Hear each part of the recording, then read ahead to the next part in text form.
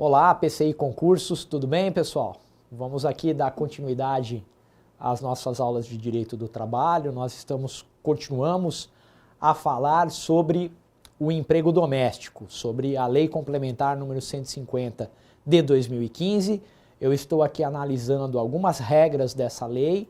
É uma lei, vale a leitura, precisam ler a lei integralmente. Nós não vamos esquadrinhar a lei, toda a lei, mas vamos trazer aqui as principais alterações, as principais questões que envolvem esse novo marco regulatório no ordenamento jurídico brasileiro, na ordem jurídica trabalhista. Tudo bem, pessoal? Então, nós estávamos tecendo consideração, falamos aqui de hora extra, de compensação de jornada, de banco de horas. Nós estávamos falando sobre a questão da jornada de trabalho, a obrigatoriedade de controle da jornada de trabalho pelo empregador doméstico. Dissemos também, né, o porquê, o que está por trás desse preceito, que é o artigo 12 da Lei Complementar número 150. E agora nós vamos continuar falando de jornada de trabalho dos domésticos e algumas novidades bastante interessantes foram trazidas na questão dos intervalos. Eu me refiro aqui mais especificamente ao intervalo intrajornada, que é o intervalo para repouso e alimentação, ok? Então veja, é necessário, é obrigatório uma pausa para refeição, para descanso e alimentação.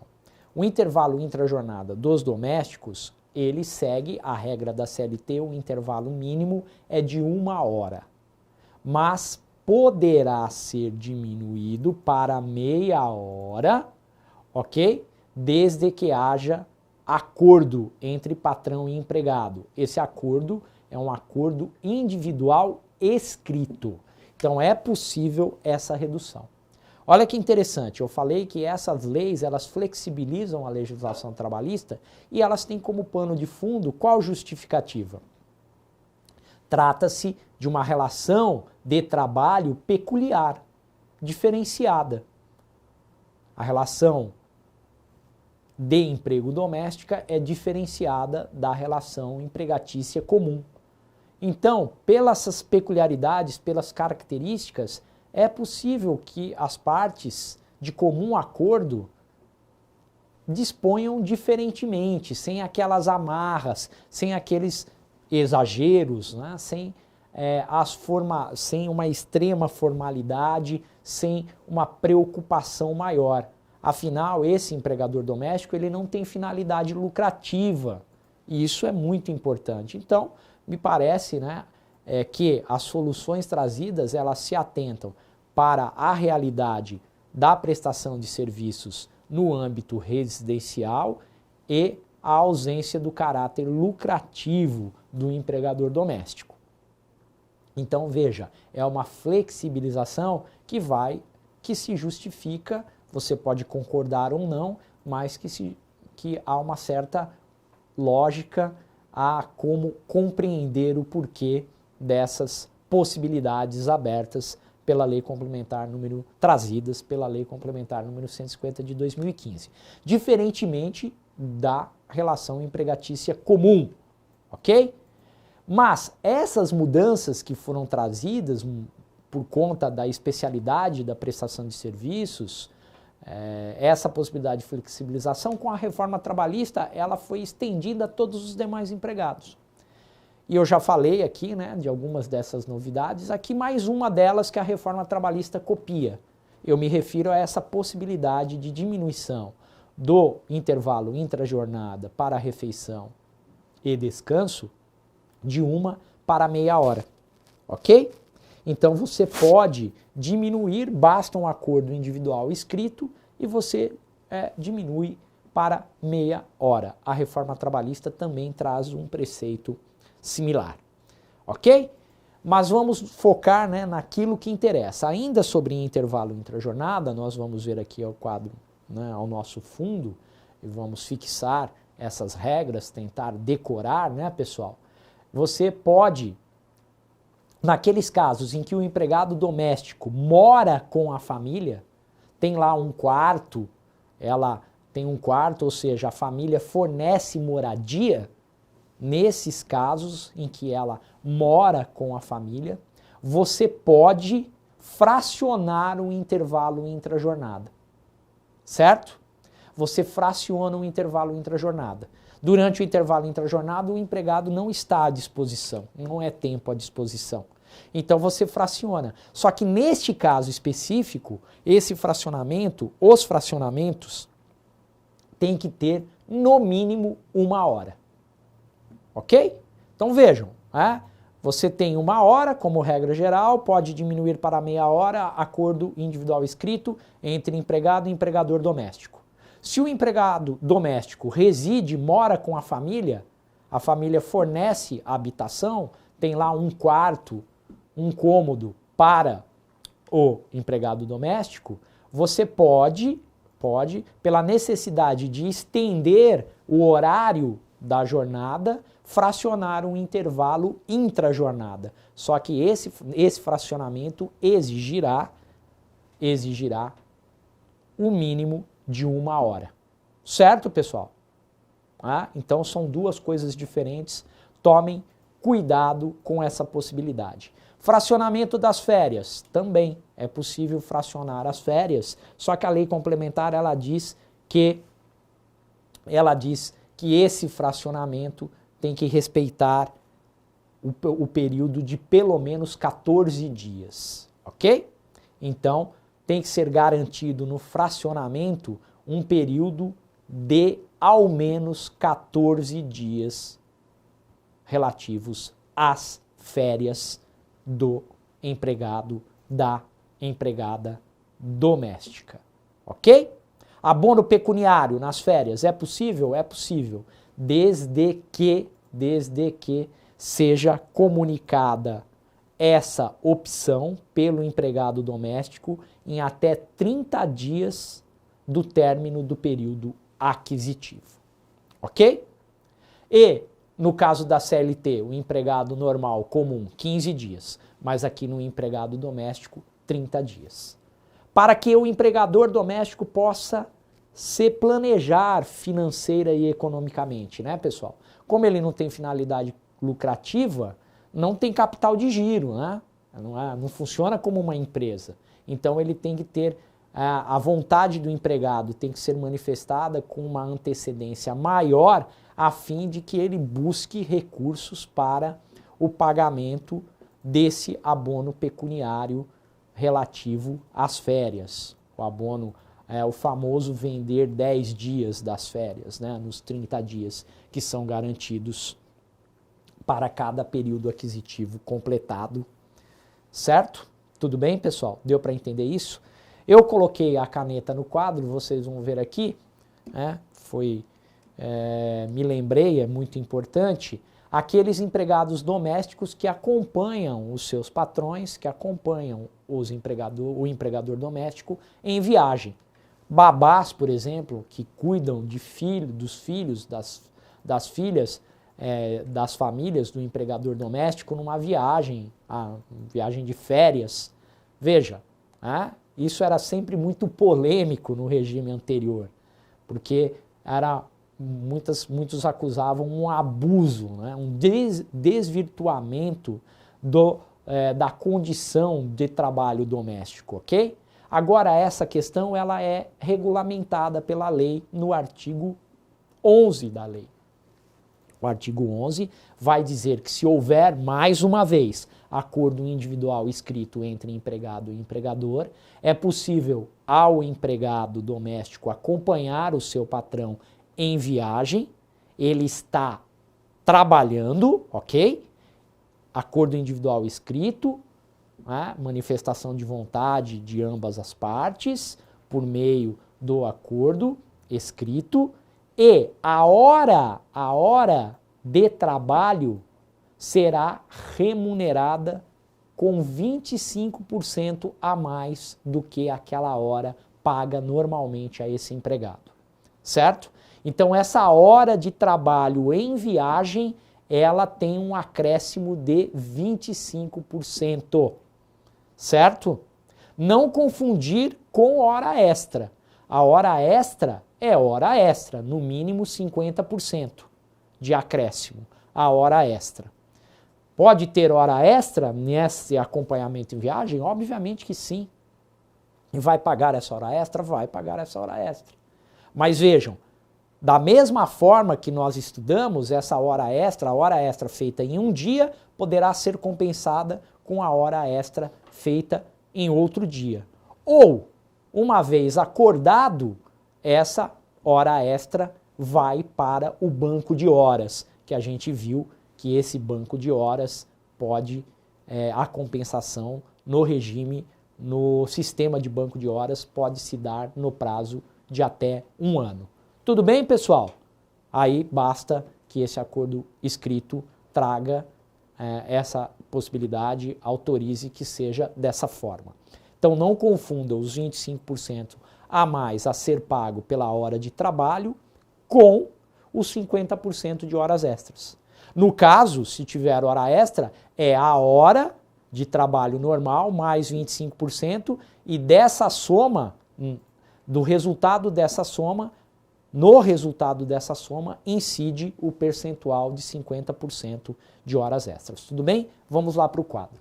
Então vejam, o intervalo, a possibilidade de redução de 1 para meia hora. Artigo 13 caput, exige acordo escrito. Se residir no local de trabalho, eu posso fracionar em 2 períodos, eu não disse isso. Fracionar em 2 períodos, não mais de 2, tá ok? E no mínimo 1 hora cada um. E a pré-notação, também não falei, né? Mas aqui no quadro, pré-notação. O que é a pré-notação? Você já deixa lá no cartão de ponto pré-anotado o intervalo intrajornada. No caso da letra B, se houver o fracionamento, você não pode fazer a pré-anotação, ok? A pré-anotação, pessoal, ela tem como premissa a regularidade, a previsibilidade do intervalo intrajornada. Todos os dias, o meu almoço é do meio-dia a 1 hora da tarde. Nesse caso, isso vale para os outros empregados também, a CLT permite. Você faz a pré-anotação no cartão, de modo a evitar que o trabalhador tenha que bater o cartão toda vez que ele sai para almoçar e que ele retorna do almoço. Só que veja, se você fraciona, porque reside, para quem o empregado doméstico que reside no local de trabalho, é muito comum que ele fique à disposição da família por longos períodos. Às vezes ele não tem horário para trabalhar. Ele trabalha de manhã, de tarde e de noite. Às vezes você tem um jantar na sua casa e os seus convidados trabalham, chegam 8, 9 horas da noite e saem da sua casa já na madrugada. Muitas vezes o empregado tem que ficar ali trabalhando, acompanhando. Principalmente quando, se ele reside no local de trabalho, esse horário dele fica, de certa forma, bagunçado, certo? Nesse caso, você fraciona para poder estender o horário de trabalho. Não é que ele vai ficar sem horário de trabalho, mas você estende, aí você dá 1 hora de intervalo, 2 períodos de 1 hora cada um, você não vai poder pré-anotar. Mesmo porque não se sabe, haverá uma avariação nesse intervalo intrajornada. Tudo bem, pessoal? Fracionamento de férias, como eu disse, artigo 17, parágrafo 1º, se o empregador decidir pelo fracionamento, desde que não seja inferior a 14 dias. É diferente na CLT, com a reforma vai mudar. Então, eu não vou falar aqui para não ficar confuso. O importante é que vocês decorem que esse período, no caso de fracionamento das férias, não poderá haver um período inferior a 14 dias. E a necessidade de requerer o abono pecuniário, ele é possível você vender parte das férias, contudo, terá que fazer o pedido, manifestar a sua vontade 30 dias antes do término do período aquisitivo. Tudo bem?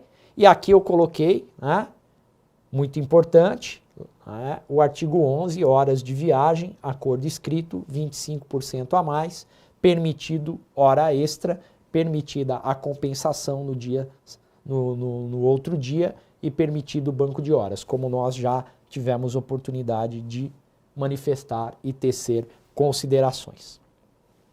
Vejam, vale transporte. O vale transporte, né, no caso do regime normal da legislação de vale transporte, o empregado oferece o vale transporte. O empregador, ele não pode pagar em dinheiro. No caso do empregado doméstico, pode pagar em dinheiro. Certo? Mero recibo, pagamento em dinheiro. Ele não precisa adquirir o cartão, né, com o cartão do trabalhador, o cartão de vale transporte ou oferecer o vale transporte. Certo? Ele pode pagar em dinheiro. Artigo 19, parágrafo único. A indenização compensatória pela perda de emprego. Aqui dispensa sem justa causa de iniciativa do empregador. No caso do empregado normal, é devida a multa de 40% do fundo de garantia. A indenização compensatória pela dispensa sem justa causa. No caso do emprego doméstico, não é devida a multa de 40%. Mas existe uma novidade. O depósito de 3,2% da remuneração devida ao empregado na conta do FGTS. Todo mês, o empregador vai depositar 3,2% para formar um fundo de reserva. Esse fundo de reserva fará as vezes da multa de 40% do fundo de garantia. Tudo bem, pessoal? Novidade bastante importante. Na dispensa por justa causa, algumas novidades e peculiaridades da Lei Complementar número 150/2015. Veja, justa causa do empregado que submete a maus tratos pessoas vulneráveis, pessoas da família, como idosos e enfermos, pessoas com deficiência e crianças.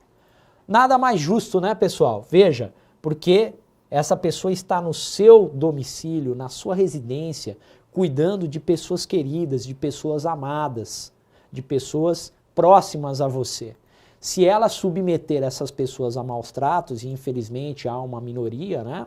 A gente vê, por vezes, até a imprensa trazer aí gravações com empregados e empregadas domésticas maltratando bebês, maltratando idosos, maltratando enfermos que não podem se defender, atos de covardia, ok, pessoal? Com implicações penais, obviamente, mas aqui foi acrescido às possibilidades do artigo 482 da CLT os maus tratos, ok? E também aí, no caso da justa causa do empregador, artigo 483 da CLT, que se aplica ao empregado doméstico, ok, pessoal? Também acrescentou-se a violência doméstica ou familiar, certo? Tem aí valentões, né? Homens valentões aí que agridem suas esposas, que agridem até mesmo os seus filhos, espancamentos, violência, Lei Maria da Penha, e se ele agredir o empregado doméstico, a empregada doméstica, caberá a rescisão indireta do contrato de trabalho, aquilo que a doutrina intitula como justa causa do empregador. E por fim, pessoal, para encerrar, tem muito mais que isso na lei, mas aqui eu trouxe os principais pontos. Peço que vocês façam a leitura atenta da lei do empregado doméstico. Nós temos aqui o seguro-desemprego. O seguro-desemprego aqui tem regra especial. Ele cabe o pagamento de um salário mínimo pelo período de 3 meses, de forma contínua ou alternada, a cada período aquisitivo de 16 meses. Vocês sabem que o regime de seguro-desemprego, no caso do empregado normal, ele se submete a um escalonamento, né? A depender do período aquisitivo, do período em que se trabalhou, você tem direito a valores que não são o salário mínimo, a valores variáveis, a depender da hipótese, por períodos variáveis, ok? Aqui no caso do empregado doméstico é mais simples porque você tem uma regra única, um salário mínimo pelo período de 3 meses a cada período aquisitivo de 16 meses. Tudo bem, pessoal? Artigo 26. Então, nós falamos sobre as principais questões que envolvem o trabalho doméstico, certo? Aquilo que é mais, tem muito mais coisa, tá, pessoal? Mas a gente tem que contextualizar dentro do nosso curso, não é? Ah, professor, mas tem muito mais e o senhor não está trazendo, tá? Não, não é isso. É que nós temos muita matéria pela frente, nós temos que tratar de muitas questões e nós temos que focar naquilo que é novidade, naquilo que é diferente. E é isso que nós fizemos ao analisar a Lei Complementar número 150 de 2015. Vocês verificarão que o adicional noturno, por exemplo, ele funciona da mesma forma que funciona para o empregado normal. Das 22 horas às 5 da manhã, ok? O percentual é de 20%. E esse adicional noturno, a hora de trabalho é reduzida, 52 minutos e 30 segundos. Certo? Então, vocês verão lá na lei que ela traz várias outras questões e é importante que faça a leitura atenta, porque realmente dá para cobrar muitas questões relacionadas ao emprego doméstico, tá certo? Nós vamos agora, pessoal, falar, eu vou aproveitar esse final de aula para a gente falar sobre o empregado público.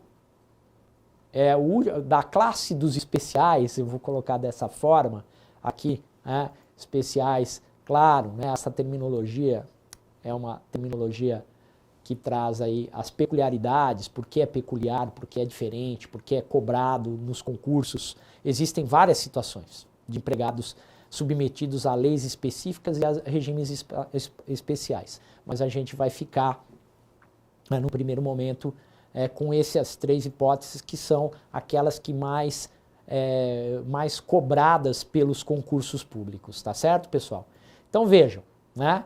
O empregado público, quando a gente fala em empregado público, nós estamos falando daquele empregado contratado pela administração pública, tanto a direta como a indireta, contratado por meio do regime seletista, ou seja, CLT. A relação jurídica funcional é regida pela CLT. É esse empregado público.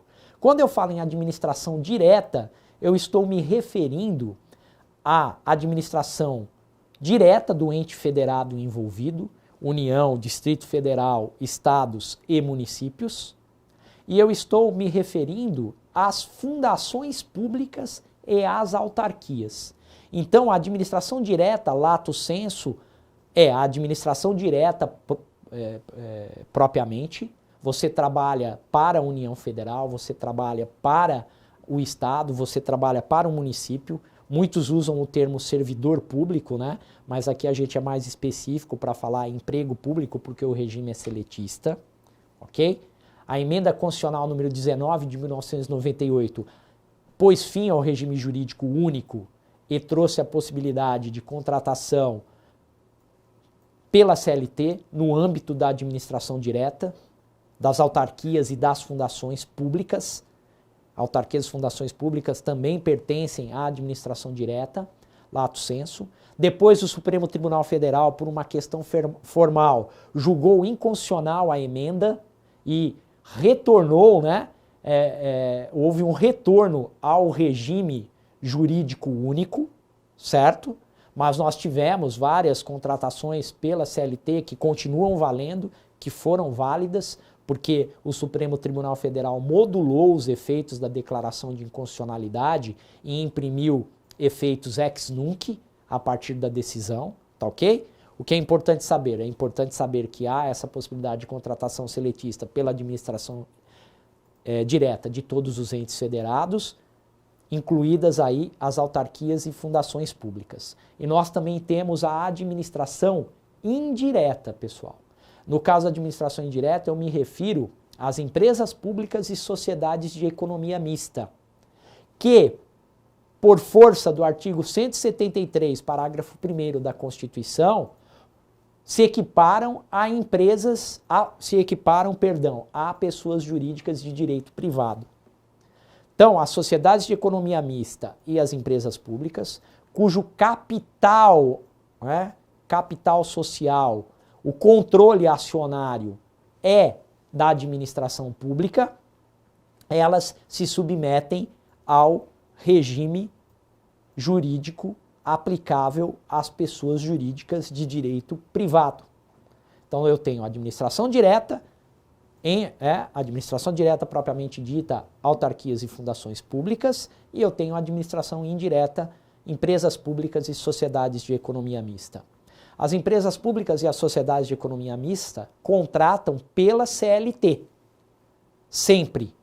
E no caso da administração direta, elas puderam, a partir da emenda constitucional número 19 de 1998, contratar pela CLT e também puderam manter o regime de contratação, o regime jurídico-administrativo de contratação, que muitos chamam de regime estatutário. O regime estatutário, como o próprio nome diz, traz um estatuto. Esse estatuto, ele é veiculado por intermédio de uma lei federal, de uma lei estadual ou de uma lei municipal, certo? A necessidade é um regime legal, baseado no estatuto, ok? Essas são noções importantes para que nós possamos iniciar os nossos estudos acerca das peculiaridades que envolvem os empregados públicos. Então, nós estamos falando de empregados contratados pela CLT. E a competência material para decidir sobre conflitos que envolvem empregados públicos é do Poder Judiciário Trabalhista, é da Justiça do Trabalho, artigo 114 da Constituição da República. E o regime estatutário? O regime estatutário, Justiça Comum Federal, no caso da União, ou estadual, no caso dos estados, do Distrito Federal e dos municípios. Tudo bem, pessoal? Então, nós vamos estudar a figura do empregado público seletista, certo? Esse funcionário público seletista, que se submete a concurso público. Assim como o estatutário, o empregado público necessariamente, a partir da Constituição da República de 1988, se submete ao concurso público, certo? Existe a situação daqueles que não se submeteram a concurso público antes da Constituição, aí essas questões são tratadas lá no ato das disposições constitucionais transitórias. Por exemplo, aqueles que já estavam há 5 anos ou mais no serviço público, prestando serviços em caráter contínuo, foram efetivados. Mesmo sem concurso público, eles tiveram a sua situação regularizada pela Constituição da República. É uma regra especial para tratar desses vínculos anteriores à promulgação da Constituição da República de 1988. E nós vamos aqui estudar, terminando essa aula, a próxima aula eu começo a falar sobre várias questões envolvendo o regime de contratação, os efeitos da contratação sem concurso público, a questão da estabilidade, a questão da dispensa do empregado público, a questão remuneratória do empregado público, algumas questões, e basicamente nós vamos estudar súmulas e orientações jurisprudenciais. São muitas, são estratégicas e são cobradas no concurso público. Certo? Então, pessoal, fiquemos por aqui, vamos prosseguir com o empregado público. Até lá, um grande abraço, PCI Concursos. Valeu!